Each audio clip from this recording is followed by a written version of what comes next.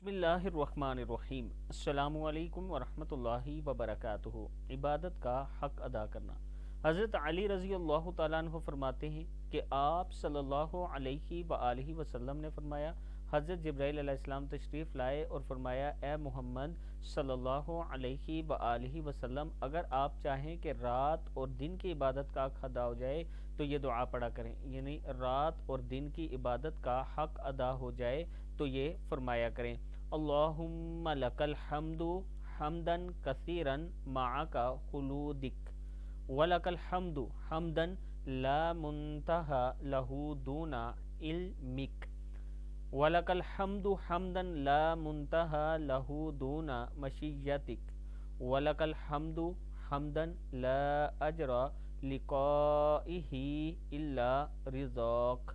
پھر پڑھ لیں، اللہم لک الحمد حمدا کثیرا معک خلودک ولک الحمد حمدا لا منتہا لہ دون علمک ولک الحمد حمدا لا منتہا لہ دون مشیتک ولک الحمد حمدا لا اجر لقائلہ الا رضاک۔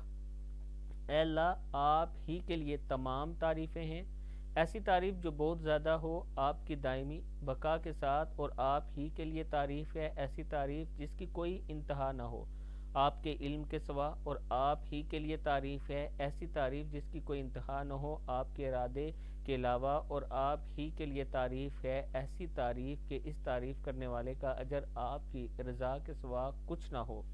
صدق اللہ العظیم۔ رات کو سونے سے پہلے یہ دعا ضرور پڑھا کریں۔